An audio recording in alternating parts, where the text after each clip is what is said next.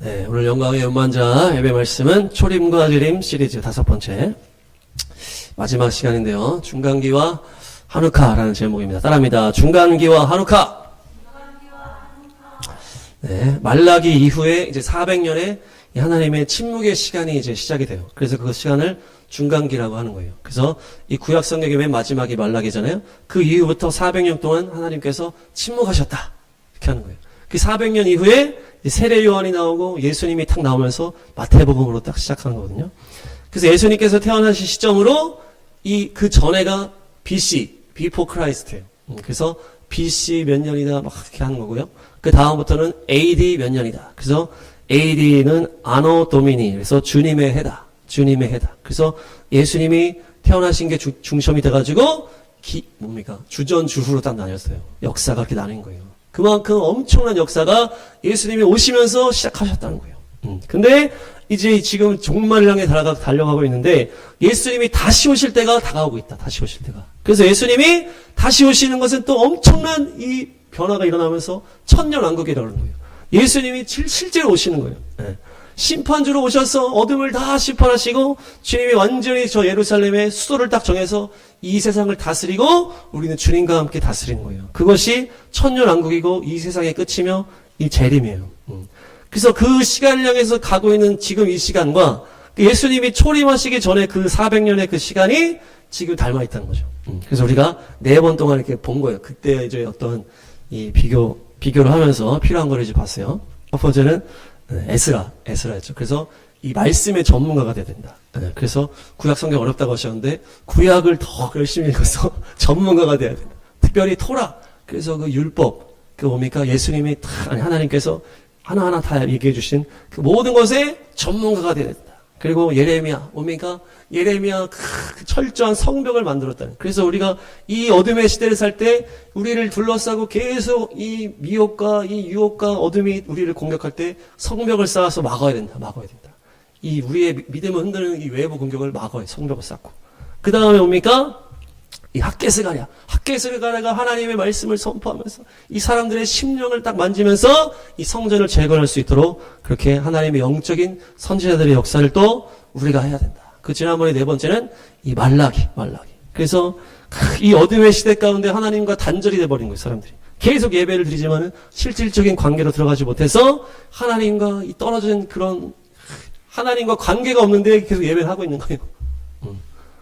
그런 이 시대가 이제 말라기 시대다. 그래서 그 말라기가 딱 끝나고 이 중간기가 딱 시작된 거예요.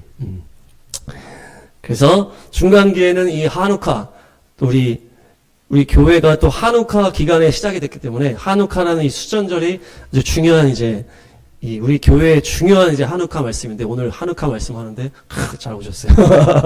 지난번에 또 제 생일날 오시고 이 생일날이 교회 창립일이에요. 창립일.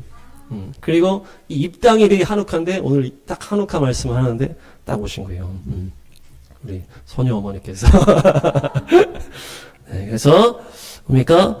이 중간기 역사를 좀 보면서 하누카를 보면서 그 적그리스도의 예표가 오늘 나오는 거예요. 안티오쿠스 에피파네스라고 하는 실제 인물이에요. 실제 인물. 그 당시에는 예수님이 오시기 전에 이 유대인의 역사가 이 적그리스도를 통해서 이제 종말론으로 막 가는데 그때 어떻게 어떤 일이 있는지를 딱 보면서 지금이랑 연결할 수 있겠다는 거죠. 그래서 이 당시에 보면은 세계적인 인물들이 많이 등장을 해요. 성경적인 인물은 아닌데 세계적인 인물들. 그 당시에 이 400년 기간 동안에 세계사의 역사의 획을 그은. 네. 그래서 이 당시 이제 페르시아 제국이 망하면서 그리스 헬라 제국, 그 다음에 로마 제국. 그리스 로마가 우리가 익숙하잖아요. 그렇기 때문에 그 당시에 이제 헬레니즘이라고 해가지고 헬레니즘 어떤 세상 문화의 정수가 그 인물들이 이때 나오는 거예요.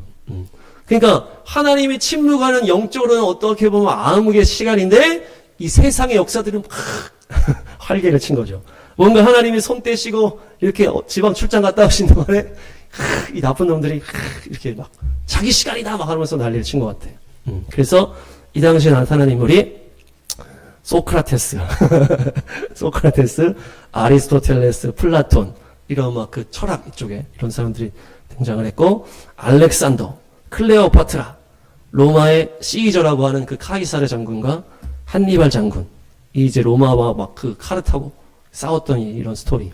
이런 것들이 이제 좀 유명한 인물들인데, 이 페르시아 제국을 그리스 제국이 탁 무찔리면서 등장한 인물이 바로 알렉산더예요.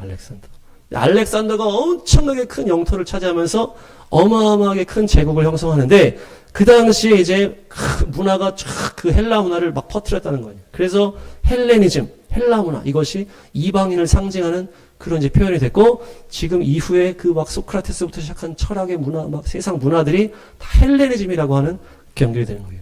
그래서 아까 은혜지만 얘기했지만, 그런 거에 물어보니까 인본주의로 잘못 가르쳐 줄 수 있다 이렇게 했잖아요. 성경을 인본주의로 알려준다. 이제 그런 것이 헬레니즘 사상이랑 연결이 되는 거예요. 헬레니즘적으로 알려줄 수 있다 이렇게 되는 거예요. 원래는 히브리적인 하나님의 이것으로 봐야 된다. 네, 그래서 다니엘 8장 한번 가보겠습니다. 다니엘은 어떤 사람이었냐? 기도를 많이 하는 사람이었고, 기도하다가 환상을 많이 보는 사람이었어요. 그래서 기도하다가 또 꿈을 오든지 환상을 오든지 계속 뭔가를 보여주시는 거예요. 이 역사적인 미래적인 예언을 막 보여주시는 거예요. 근데 이 순양과 순념수의 이 환상을 지금 본 거예요, 다니엘이. 그래서 이렇게 봤는데 이것에 대해서 이게 뭔가 하고 있었더니 8장 20절에 이 해석을 해주는 거예요. 이 천사가 와가지고 해석까지 해주고 너무 좋아요. 8장 20에서 22 시작. 지금 다니엘이 이 메데 페르시아 시대예요. 지금 시대인데 이제 이 제국이 무너지는 그리스 제국이 나타날 건데, 그 순념소가 바로 그리스 왕이라는 거예요. 순념소가 그리스 왕, 첫째 왕이다. 그러니까 그 왕이 알렉산더 왕이라는 얘기죠. 네, 우리는 지금 시간이 다 지났기 때문에 이 사람이 알렉산더구나 알고 있지만은, 이 다니엘이 환상을 봤을 때는 지금 모르고 있는데 지금에 있는 제국을 무너뜨린 제국이 나타나고 그 인물이 나타날 건데, 그 사람이 이 지금 염소다 이렇게 얘기를 하는 거예요. 그래서 그 뿔이 꺾이고 그 뿔이 네 뿔로 바뀌었다고 그랬죠. 환상을 보니까. 그 네 뿔이 바로 알렉산더가 죽고 네 개의 나라로 쪼개지는 것을 이제 탁 보여주신 거예요. 하나님께서 다니엘에게 환상으로 먼저 보여줬어요. 그래서 그대로 성경에 예언된 대로 이 헬라 제국과 이 네 개 쪼개지는 역사가 그대로 일어났다. 그래서 알렉산더를 보면 주전 356년에 태어났어요. 그리고 그리스 마케도니아 왕을 20살 때부터 딱 알렉산더가 하는 거예요. 그리고 그때부터 막 점령을 막 하는 거예요. 그래서 소아시아, 이집트, 페르시아, 메소포타미아, 아프가니스탄까지 그리고 인도 서북부까지, 그러니까 완전히 그 지역을 그냥 다 점령해버렸어요. 완전히. 그래서 역사상 이제 거의 최대의 크기다 이렇게 하면서 알렉산더가 20살 때부터 그냥 10년 넘게 계속 전투만 하면서 이렇게 막 퍼져나가는데, 알렉산더가 특별히 뭐냐, 전투에서 한 번도 진 적이 없다는 거예요. 알렉산더는 진 적이 없대. 무적이에요, 무적. 그래서 알렉산더의 제국의 특징은 뭐냐, 동서양의 최초로 연결이 됐다는 의미가 있어요. 인도까지 가고 저기 아프가니스탄까지 중국 옆까지 갔기 때문에 이 아시아 쪽과 이 유럽이 쫙 만나버렸대요. 알렉산더 때문에. 완전히 전 세계를 장악했다는 의미가 있다는 거예요. 그래서 이 경제적인 문화적인 교류가 동서양이 이루어졌다. 이 알렉산더 때문에. 그 제국이 너무 커가지고. 이 알렉산더는 특별히 그 아리스토텔레스라고 하는 그 유명한 아리스토텔레스의 제자였어요. 그래서 아리스토텔레스가 이 알렉산더 이 대왕을 가르친 거예요. 13살에서 16살까지. 가장 예민한 청소년 때 한 3, 4년을 이 아리스토텔레스라고 아주 지금까지 인정받는 그 사람에게 배웠다. 그러니까 이제 보통 사람이 아니라는 얘기예요.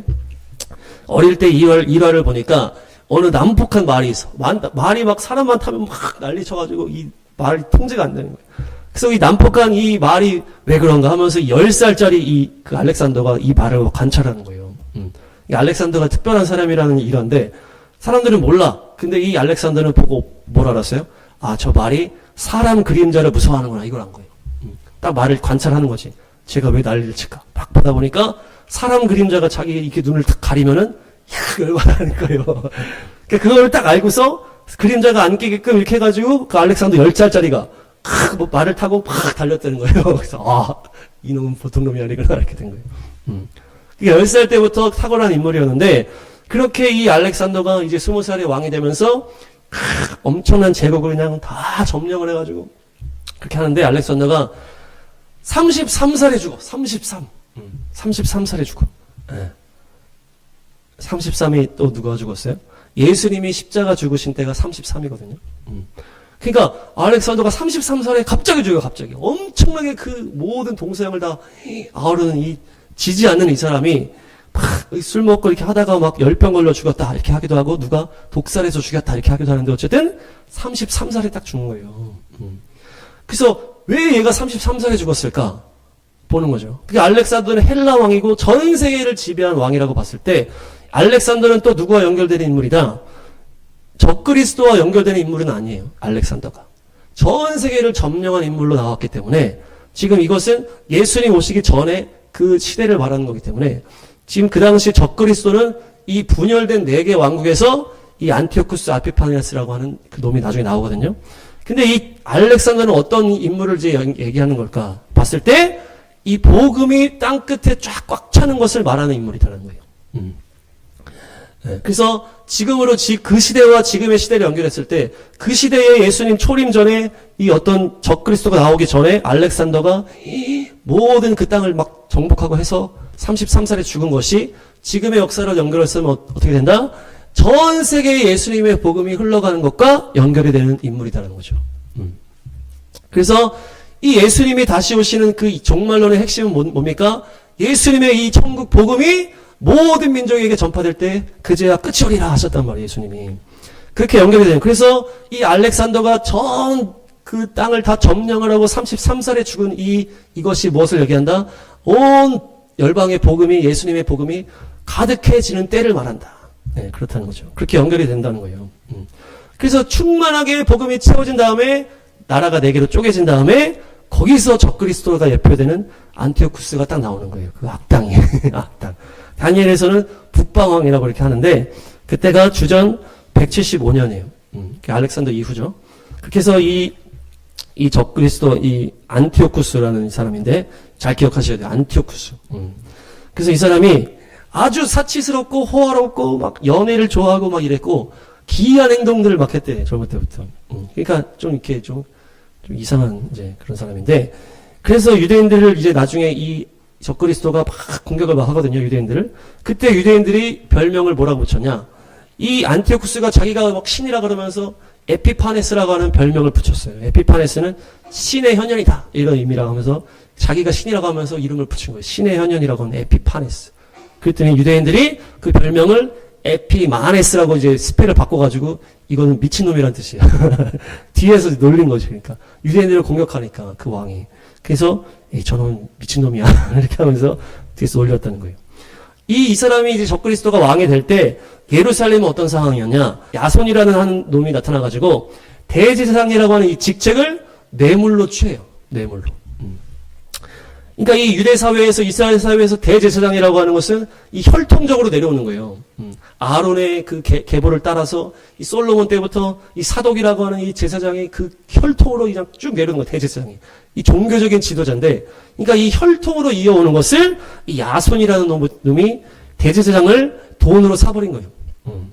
돈으로 이제 매수한 거예요. 그러니까, 그리고 자기 이름도 헬라식으로 바꿔버려서 야손이라고 딱 지었어. 그러니까 이 유대인의 이 거룩한 직책이라고 하는 대제사장의 이 직책을 완전히 그 돈으로 바꿔버리고 완전히 헬라식으로 바꿔버렸다는 거예요. 헬라식으로. 그러면서 왕이랑 쿵짝을 맞추면서 유대인들의 것들을 다 버리고 헬라식의 문화, 그 그리스 그 제국이 막 퍼뜨리는 그 세상 문화들을 가지고 들어오면서 성전을 더럽히기 시작하는 거예요. 이 야손이라고 하는 대제사장 때부터. 그러니까 이 적그리스도의 등장과 같이 연결되는 게 뭐다? 교회의 타락이라는 거예요. 교회의 타락. 성전의 타락. 그 당시에는 이제 유대인들의 성전이고, 지금은 이제 마지막 때에는 교회가 타락하는 것과 연결이 되는 것이에요. 근데 그것이 들어온 게 뭐다? 이방 문화가 들어온 거예요. 이방 문화. 그것이 헬라식 사상이 들어오고, 헬라식 사고 방식이 들어오면서 하나님에 대한 믿음을 빼앗아가기 시작하고, 계속 재미있는 것들. 그 당시에 이제 그 헬라에 막 그 스포츠가 유행했다는 거예요. 레슬링. 그래서 성전 안에 막 레슬링 이런 걸 가지고 오고, 막 그 바로 옆에다가 레슬링 경기장을 짓고 이러니까 사람들이 그 막 레슬링 막 응원하면서 막 환호성을 할 거 아니에요. 그러니까 예배가 집중이 안 돼요. 그 다 거기 보러 가는 거예요, 사람들이. 그러니까 교회 옆에다가 뭐 엄청난 재미난 걸 하면은 교회 오다가도 사람들이 글로 가버릴 거 아니에요. 그런 것처럼 성전에, 예루살렘 성전에 거룩한 하나님께 예배드리는 그 성전에 이 세상 문화를 자꾸 들어오는데 막 스포츠를 가지고 오고 뭐 레슬링을 가지고 막 가지고 오는 것을 이 야손이라는 대제사장이 하면서 그 왕이랑 결탁을 하면서 이렇게 하는 것이에요. 그러니까 지금으로 따지면 아까도 얘기했지만은 헬라식 사상이 들어온다는 건 뭡니까? 그냥 인간의 머리로만 이 성경을 바라보는 거예요. 그러니까 하나님의 이 기적의 역사는 히브리식 사고, 하나님께서 그 엄청난 그 역사를 유대인 안에서 베풀었던 그런 사고로 이제 바라봐야 되는데, 자꾸 세상의 우리 인간의 머리로만 자꾸 판단하는 거예요. 합리적인 사고다 이러면서 이렇게 하면서.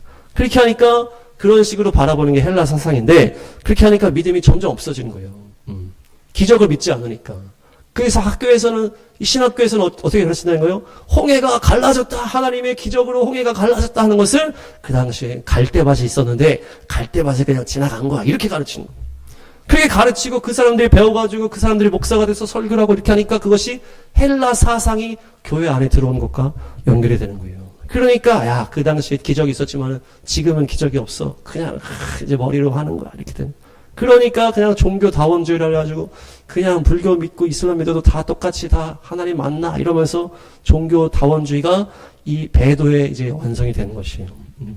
그것이 야손이 이 대제사장을 그렇게 탁 이렇게 하면서 자기가 돈으로 취해버리면서 그렇게 되는 것이에요. 다니엘 11장. 이 안티오쿠스라고 하는 이 악당, 이 적그리스도와 연결되는 이 악당이 나타났을 때 어떤 일이 벌어질 것이라고 하는 그 하나님의 예언이 다니엘에게 딱 임한 거예요. 다니엘이 또 환상을 보고 말씀을 듣고 하면서. 그러니까 지금 이 내용이 이 안티오쿠스가 할 것이라고 예언이 되고 그대로 하는 거예요. 하나님의 말씀은 예언하신 대로 그대로 이루어지는 거거든요. 그래서 지금 뭐라 그럽니까? 거룩한 언약을 맺은 사람들한테 분풀이를 할 것이다. 이렇게 얘기를 해요. 그러니까 그 실제로 그 안티오쿠스가 이 이집트랑 전쟁을 하러 갔는데 처음엔 이겼는데 두 번째는 제대로 안 된 거예요. 그래서 올라오다가 열받아가지고 이집트 옆에 있는 이스라엘 와가지고 이 자기 말 잘 안 듣는 이 유대인들을 가서 막 공격했다는 거예요. 이게 그대로 성취가 된 거죠. 그래서 거룩한 언약을 저버린 사람을 높이 앉힐 것이다. 이것이 바로 야손과 연결이 되잖아요. 야손은 뭡니까? 이 하나님의 믿음을 버려버리고 그냥 돈으로 그 제사장이라고 하는 직책을 사는 그런 사람을 뽑아서 높이 앉힐 것이다. 거룩한 언약을 저버린 사람, 하나님의 약속을 버린 사람을 높이 앉힌다. 그렇게 한 다음에 뭡니까? 31절에 제사를 없애버리고 우상을 세워버린다. 그렇게 하면서 그렇게 하니까 어떻게 한다? 언약을 거역하여 악한 짓을 하는 자들의 지지를 받는다는 거예요. 그러니까 그가 아마 그 적그리스도 이놈이 속임수를 써가지고 막 이렇게 하면서 막 성전을 막 더럽히면서 이렇게 하는데 누구의 지지를 받아요? 언약을 거역한 사람의 지지를 받는 거예요. 그런데 하나님을 아는 백성은 용기 있게 버텨갈 것이다. 이것을 딱 다니엘이 예언하고 실제로 어떻게 됐다? 이 안티오쿠스가 막 그렇게 하고 막 자기 말 안 들으면 공격하고 할 때 언약을 거역한 사람, 그냥 하나님을 버려버리고 이 배신 때려버리고 그런 사람들은 그를 지지했다는 것이에요. 마지막도 똑같습니다. 우리 이 열방의 교회들이 결국에는 다 하나님을 떠나고 배도하는 그런 흐름으로 가고 거기에서 빠져나와가지고 거룩하게 나를 구별하고 하나님의 온전한 믿음을 지키는 사람이 나뉘어지는 거예요. 그래서 여기서 언약을 거역한 사람은 적그리스도를 환영할 것이고 하나님을 아는 백성은 싸울 것이다 이렇게 나오는 거예요. 이렇게. 이게 그대로 마지막 때 이루어질 것이에요. 그래서 하나님을 아는 백성은 뭡니까? 이 세상의 이 아까 말했던 헬라 사상에서 오는 이 우리의 믿음을 빼앗는 것을 알고 구별하는 것이 구별. 그래서 우리가 공산주의, 사회주의, 인본주의에서 구별되자, 가톨릭에서 종교다원주의 하는 것 구별되자, 돈 사랑하지 말고 돈을 벌려고, 또 반유대주의, 이슬람의 그 이슬람의 영에서 우리가 구별되자. 그러면서 계속 주님을 아는 방향으로, 주님이 원하는 방향으로 이 전쟁의 때 우리가 하나님의 뜻이 무엇인가 하면서 그 길을 계속 따라갈 때 성령님의 인도를 받게 되고 그때 하나님을 아는 백성이 되는 것이에요. 그런데 그것도 모르고 그냥 가르쳐 주는 대로 그냥 공산주의 사상을 다 배워가지고 그냥 그걸로 배우고 그렇게 하면은 그냥 마음이 무뎌지고 이 영이 그냥 죽어버리는 거예요. 그러니까 하나님을 알지 못하니까 하나님을 대적하는 인물이 나왔는데 그를 환호하는 거예요. 네. 다니엘 11장 33에서 36. 이 다니엘 11장에서 얘기하는 것은 그 당시에 이 한옥화 기간, 이 우리가 얘기하는 그 예수님 오시기 전에 안티오쿠스라는 그놈이 나타나는 그 상황이 그대로 이루어졌고 이제 우리가 맞이할 이 마지막 세대, 예수님이 재림하시는 그 세대에도 똑같이 이루어질 이 말씀이라는 거 이게. 그래서 이게 중요한 거거든요. 그래서 뭐라 합니까? 지혜 있는 지도자들이 많은 사람을 깨우칠 것이다 이렇게 하는 거예요. 이것이 지금 우리가 해야 되는 것이에요. 우리는 지혜 있는 지도자가 돼서 하나님의 뜻은 이것이야. 하나님이 싫어하는 건 이것이야. 이렇게 하면서 이것을 막 가르쳐. 근데 그 중에 어떻게 된다? 얼마가 또 막 박해를 받아. 칼에 쓰러지고 화형을 당하고 사로잡히고 약탈을 당하는. 그렇게 학살이 계속되는 동안에 하나님의 백성은 도움을 받을 것이나 여기 많은 사람은 어떻게 합니까? 적군과 한패가 될 것이다. 수많은 사람들이 예수님을 믿지만은 하나님을 대적하는 인물을 향해서 좋다 하는 거예요. 지금 이재명 좋다고 하는 것처럼. 잘못된 것을 향해서 계속 가는 것이에요. 그러니까 지혜 있는 지도자들 가운데 어떻게 됩니까? 학살을 막 당하는 거야. 반대하다가 학살을 당하고 공격을 당하고 이런 일이 점점점 일어날 것인데 이렇게 했을 때 사람들이 어떻게 된다? 단련을 받고 순결하게 되고 깨끗하게 남을 것이다. 점점 싸움이 세지는 거예요. 하나님이 정하신 그 끝날이 올 때까지 이런 일이 계속 된다는 것이에요. 그러다 맨 마지막에는 완전히 전 세계적인 적그리스도가 나타나는 것이다. 그래서 이 북조왕이 바로 적그리스도. 그래서 36절에 스스로를 높이고 자기가 모든 신보다 크다 그러면서 하나님을 대적한다. 그런데 그가 형통할 것이다 이렇게 하거든요. 그러니까 하나님이 이 약속한 이제 이 시간들이 있어요. 하나님이 계획한 시간이 있기 때문에 적그리스도가 나타나서 모든 사람을 미혹하는 것은 하나님이 허락한 일이에요. 그러니까 지혜 있는 지도자도 학살을 당한다. 그러면서 적그리스도에 환호하는 사람이 있지만은 거기에 반대하는 사람은 또 공격을 당한다. 이렇게 완전히 나눠진다는 것이에요. 주님의 편에 서시기 바랍니다. 우리가 더 깨어서 주님과 붙어 있게 되면은 주님이 다 알려주시는 거예요. 하나하나. 야, 이건 일로 가야 돼. 절로 가야 돼. 거기 붙지 마. 여기 붙지 마. 막 이렇게 하는 거예요. 그래서 경건하게 살고자 하는 자는 박해를 당하게 된다. 그게 이제 우리가 만나야 될 그런 상황이에요. 그래서 그 예루살렘 성전이 어떻게 됩니까? 완전히 이제 박살이 나는 거예요. 그 안티오쿠스가 이제 막 하는 거죠. 돼지 피를 막 뿌리는 거예요. 제우스 우상을 세우는 거예요. 예배가 금지되는 거예요. 그래서 그들이 이 유대인들은 이 하나님께서 돼지는 부정하다 그랬어요. 그래서 이 돼지를 이제 제물로 잡지 않고 소나 양으로 했단 말이에요. 정결한 동물이라고 했어요. 근데 이 유대인들이 돼지를 부정하다고 여기는 걸 알기 때문에 이들이 유대인을 공격하려고 돼지로 제물을 바쳐라 이렇게 한 거예요. 매일매일 드리는 그것들을 돼지로 해. 그 돼지 피가 다 뿌려지고 부정해지는 거예요. 그러면서 뭡니까? 제물 매일매일 드리는 제사 하지 말아요. 그리고 세상 문화로 그냥 뭡니까? 부정하고 속된 것으로 더럽혀라 이렇게 돼 있어요. 이게 그 위에서 내려온 법이에요. 법. 안식일을 금해 이들이 안식일에 지키면서 또 회당에서 예배드리고 하는 것들을 못하게 막고 이들이 절기를 지키며 유월절, 무교절 하는 것들을 못하게 막고 그래서 할례라 그래가지고 이 아이들 할례하는 것들로 할례하지 마 이렇게 돼서 할례하면은 잡아가지고 사형시켜버려. 어머니랑 아들을 다 같이 죽여버리고 이 적그리스도가 이 악한 이 에피파네스 이놈이 막 이거를 학살을 하는 거예요. 그런 상황에 마따디아라고 하는 제사장이 등장해요. 아주 거룩한 제사장. 그래서 이 상황을 보면서 막 옷을 찢고 막 슬퍼하면서 막 기도를 하는 거예요. 그러다가 이 모두가 막 다 배교를 강요당하는 상황이에요. 그래서 우리 옛날에 신사참배할 때도 처음에는 막 그냥 안 됩니다 하다가 일본이 막 총칼을 들이대고 해 하니까 이거는 그래 다 합시다 이거 그냥 정치 의뢰 하면서 점점점 교회 목사님들이 다 했거든요. 신사참배를 예배 전에 동쪽 그 우상을 향해서 절하고 시작하는 거. 근데 이 모두가 그냥 하자 이렇게 그 강력한 이 학살 때문에 다 하자 하니까 모두가 다 하는 분위기가 돼버린 거예요.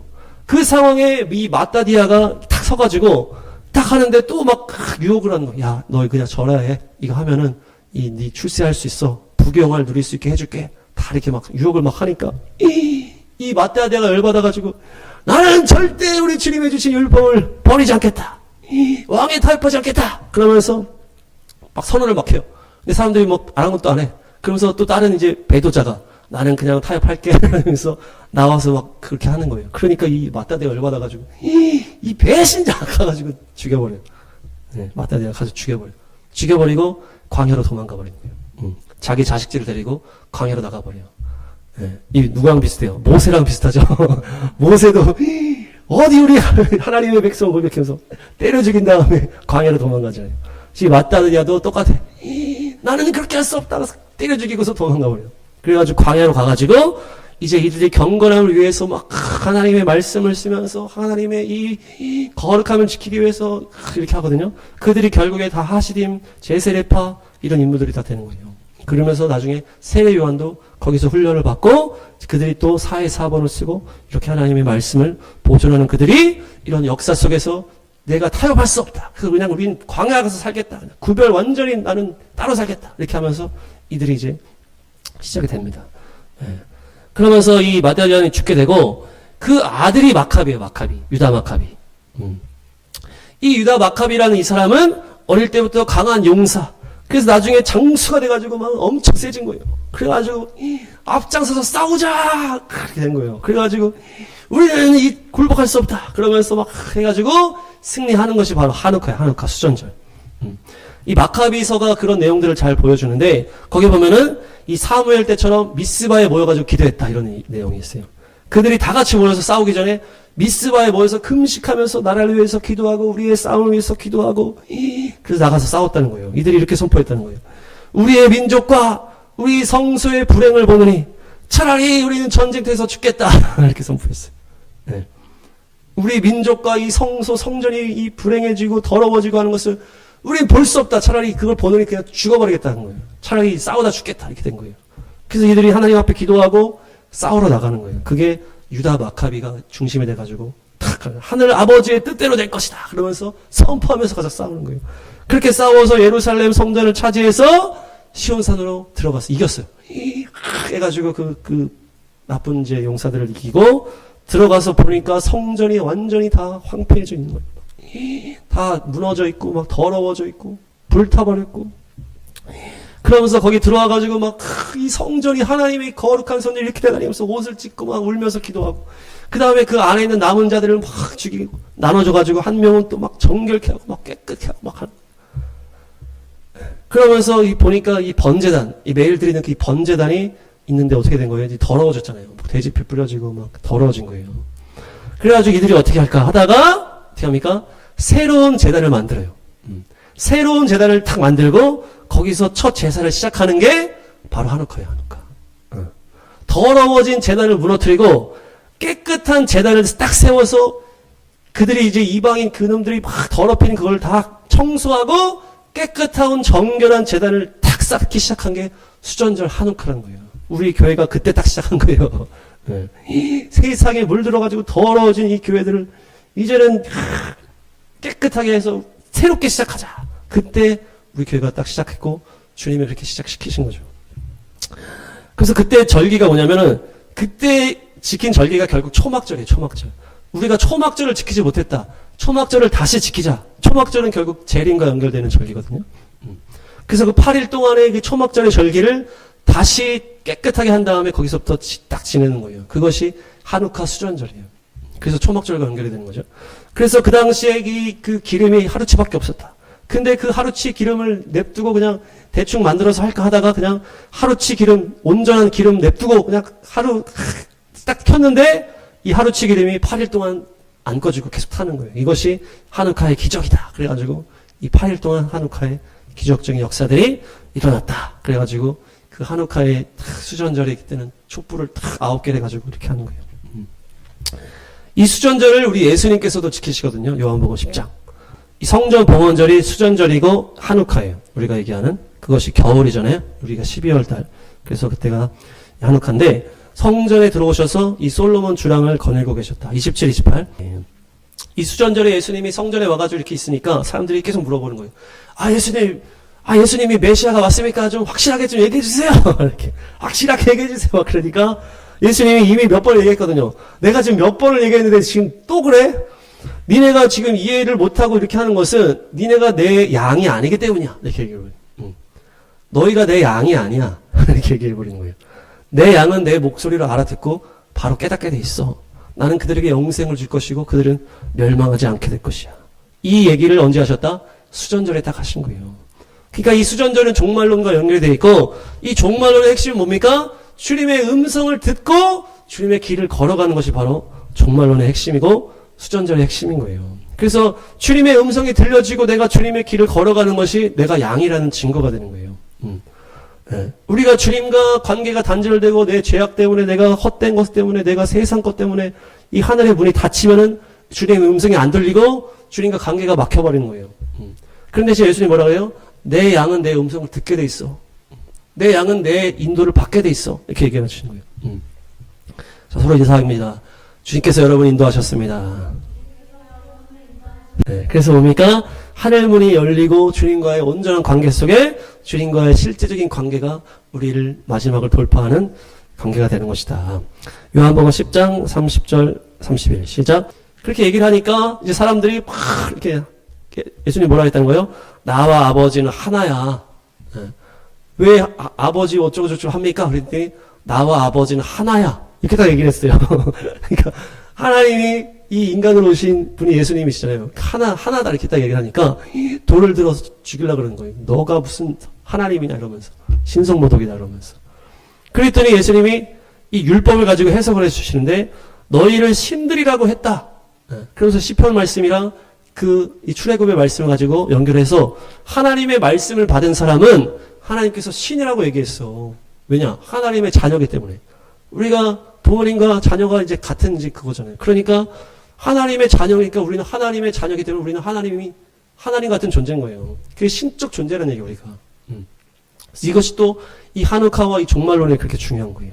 예. 사람은 그냥 인간 얘기 계속 하거든요. 인간 얘기하면서 이제 인본주의를 계속 가고 그러다가 결국 동물처럼 되는 건데 우리는 누구라는 거예요? 우리는 하나님의 자녀야. 너는 신적 존재야. 너는 하나님의 권세를 받은 너는 하나님의 자녀다. 너는 통치자가 될 것이고 이 주님과 함께 다스릴 존재다. 그것이 바로 이 한옥화에 주님이 들려주시는 음성인 것이에요. 이것이 종말론의 핵심 키예요. 신적 권세, 신적 거룩함, 신적 능력, 이것이 종말론을 통과하게 하는 거예요. 세상 사람들은 뭐라 그래요? 그 세상 헬라의 문화에 물든 사람 뭐라 그래요? 우리가 무슨 예수님이야. 우리는 죄 질 수밖에 없고 그냥 우리는 그냥 적당히 그냥 네. 그것이 아니라 우리는 하나님의 이 그리스도의 장성한 분량까지 갔어. 하나님의 영광과 거룩함을 드러내는 권세 있는 주님의 자녀다. 그것이 바로 인본주의에서 나와서 신본주의로 가는 것이에요. 그것이 이 마지막 때의 이 정적 싸움이다. 할렐루야. 당신은 하나님과 같은 존재입니다. 서로 인사합시다. 당신은 하나님과 같은 존재입니다. 네. 그래서 이 승리 이후에 그 안티오쿠스, 적그리스도라고 하는 그놈이 죽는데 이놈이 어떻게 죽냐? 마카비서에 보니까 이 유다 마카비가 이기고 막 이렇게 하면서 뭐가 잘 안 되고 막 일이 계속 틀어지고 그러니까 안티오쿠스가 슬퍼서 죽어.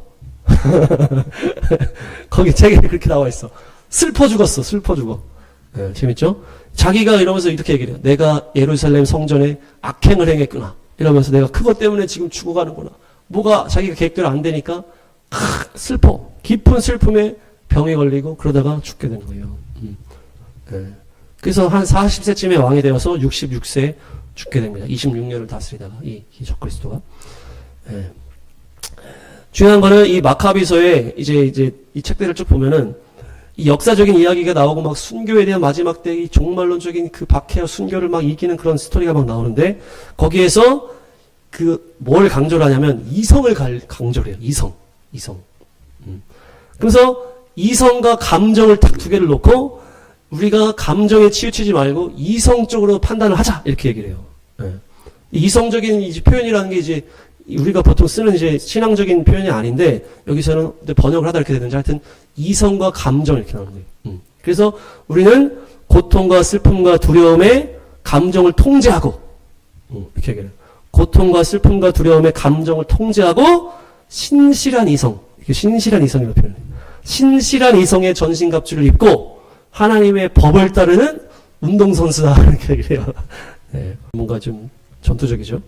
그러니까 어떤 지혜로운 삶을 또 살아갈 수 있는 어떤 건전한 논리다 이렇게 또 표현을 해요.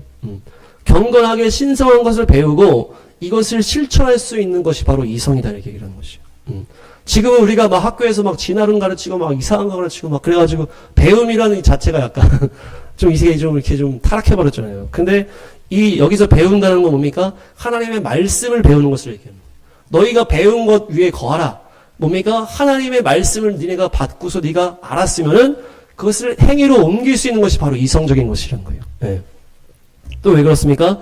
이것은 지금 뭐예요? 박해 상황이에요. 박해 상황. 예. 그러니까 박해 상황이면 뭐가 와요?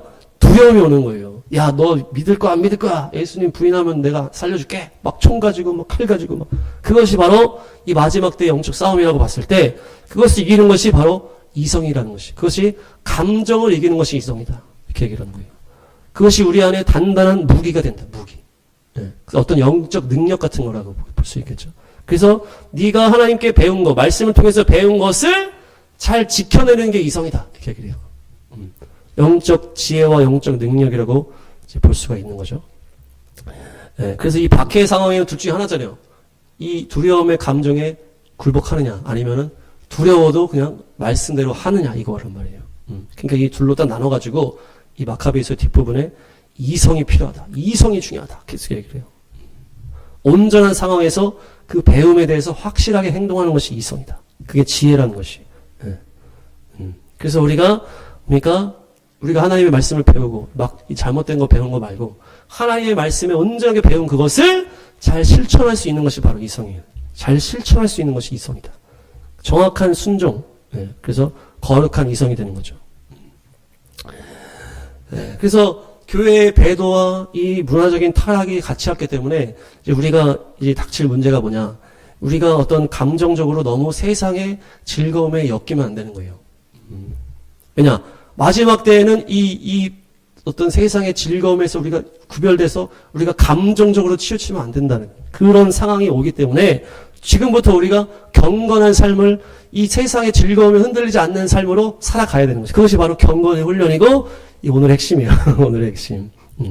이 헬라 문화, 아까 얘기했잖아요. 막 스포츠, 저도 축구를 많이 좋아했지만, 다 자기가 막 좋아하는 막 그런 게 있잖아요. 저도 막 축구 좋아하고 막 이런 거 좋아했는데, 주님이 계속 그런 거 못하게 하면서, 경건하게 살아라.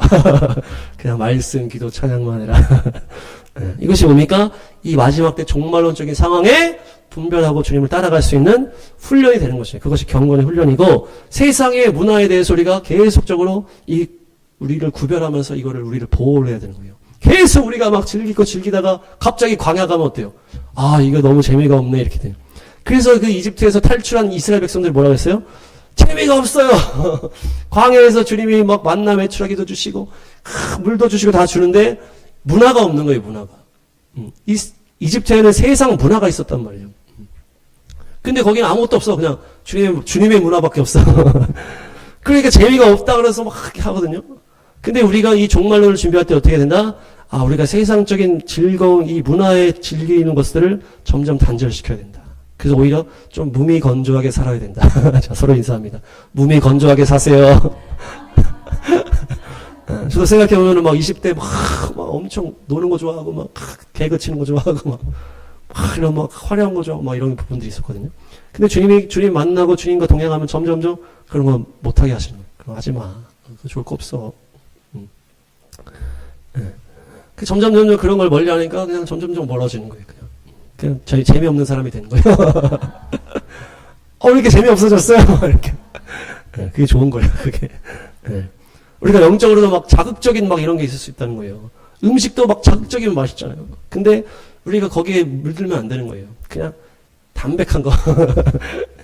단짠, 조미료 이런 걸 멀리하는 것처럼 영적으로도 그렇고 우리의 삶에서도 마찬가지예요. 그게 이 군대 식량이에요. 군대 식량. 전투 식량. 전투 식량은 막 그냥 먹을 만하게만 만들잖아요. 막 맛있게 만들지 않을 거예요. 그냥 먹고 이제 도움이 되게 몸에 그냥 영양소만 있게 담백하게 하는 거죠. 싸우고 막 죽어나가는 마당에 뭘 이렇게 먹는 걸 즐길 그게 어디가 있어요. 똑같은 우리도. 마지막 때는 영적 싸움이다. 한흑화 종말론의 교회는 이 즐거움의 요소에 우리가 걸려있고 묶여있으면은 계속 우리가 이 미혹당하고 유혹당하고 그럴 수 있다는 거예요. 그래서 계속 이런 세상의 재미를 없애면서 그냥 담백하게 그냥 말씀, 기도, 찬양 그걸로만 그냥 하는 거예요.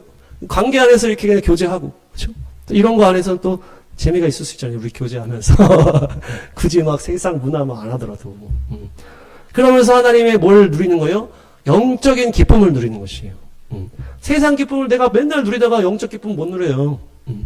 세상 기쁨을 계속 이제 멀리하고 절제하고 해야 이 영적 기쁨을 누리는 이것들이 열려지는 거예요. 말씀 기도 찬양해서 하나님이 주시는 이 달콤함이 이거구나. 이 영적 기쁨이 이거구나 이렇게 되는 거예요. 그러니까 우리는 이런 어떤 경건한 삶을 세상 문화에서 구별을 해서 그렇게 해야 된다. 그래서 우리가 정치적인 것도 이제 열방기도 하니까 많이 보지만은 너무 정치적인 것도 재미로 들어가면 안 돼. 정치적인 것도 막 재밌잖아. 막 서로 막 싸우고 하는 게. 그러니까 우리는 딱, 이거 주님의 뜻이 뭔지만 딱 분별하고 너무 거기 빠지면 안 돼. 건조한 삶을 살아야 된다. 네. 그래서 감정을 통제하는 이성. 네. 그것이 종말의 상황에서 이기는 비결이다. 정리하겠습니다. 말라기 이후에 이 중간기, 성경에서 숨겨진 이 기간에 예수님이 오시기 전에 이 침묵의 시간에 종말론이 담겨져 있다. 그래서 복음이 완성되고 적그리스도가 출현해서 이 박해하고 세상 이 유혹이 막 들어오는 거예요. 그때 싸워서 이겨서 이 성전을 재봉헌, 깨끗하게 재봉헌한 것이 한옥하여 이 수전절이다. 그래서 우리 교회도 이때 시작을 했고, 중간기를 여는 이 알렉산더가 전 세계를 점령한 것이 복음이 가득 찬 것과 연결이 될 수 있고, 이 북방왕 안티오쿠스, 이것이 이놈이 적그리스도 이제 이 예표적 인물인데, 야손이라고 하는 타락한 대제사장과 크게 짝짝꿍이 돼가지고 이 세상 문화, 헬라 문화를 교회에 가지고 들어오고 세상의 문화를 성전에 들고 와가지고 이 타락시키고 이렇게 했다. 그러면서 이 야손과 안티오쿠스를 작당을 해가지고 완전히 스포츠 이런 거 다 가져오면서 완전히 성전의 거룩함을 빼앗고 사람들의 마음을 다 빼앗아 버렸다. 그러면서 타락하고 배도하고 그리고 박해가 들어왔다. 근데 이때 마따디아라고 하는 이 거룩한 제사장은 끝까지 싸웠다. 광야로 인해 도망가 버렸다. 거기서 끝까지 싸우면서 결국 그 세례 요한도 연결되는 그 하시딤이랑 연결되고. 네. 근데 그 아들, 그 유다 마카비가 용맹한 장수가 돼서 결국 그 다 이겨버리고 예루살렘을 탈환해서 거룩한 제단을 만든 것이 바로 하누카 수전절이고, 그것이 하나님의 기적으로 기름이 8일 동안 탔다. 그러면서 그 앞으로는 이 타락하는 상황 가운데 또 박해하는 상황 가운데 이 우리의 이 이성으로 우리가 말씀에 순종하는 이성이 되어야 된다. 거룩한 이성이 되어야 된다. 그것이 바로 그러니까 마지막 때 우리가 타락하는 문화에 자꾸 엮이지 않고 감정에 우리가 휘둘리지 않고 그래서 그냥 주님만 말씀만 보면서 그냥 광야 같은 삶을 그냥 계속 광야로 그냥 그래서 마지막 찬양이 광야 찬양이에요. 그래서 광야 같아도 그냥 이게 좋은 거야 그냥 이렇게 쭉 가는 거예요. 그래야 이 마지막 유혹과 공격과 이것에서 우리가 구별돼서 승리할 수가 있다. 경건한 승리가자가 되시기를 축복합니다.